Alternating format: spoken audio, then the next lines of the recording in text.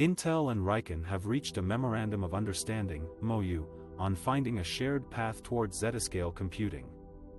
Through it, the companies have agreed to collaborate in a joint effort towards Zettascale, which will leverage both Intel and RIKEN's research expertise and the former's manufacturing know-how.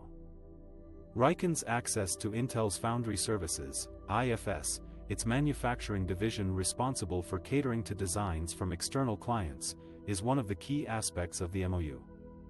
The next hilltop on mankind's computing power climb, Zettascale, 10 to the 21st power, 1,000 times that of Exascale, is being primed for high-impact technologies.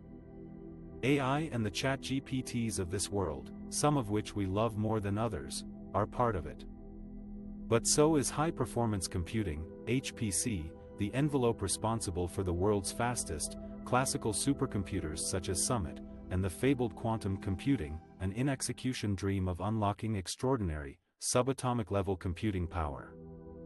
Specifically, the MOU establishes cooperation in the fields related to supercomputers and AI, silicon-based quantum computer technology and quantum simulation technology, and prototyping in collaboration with Intel Foundry Services.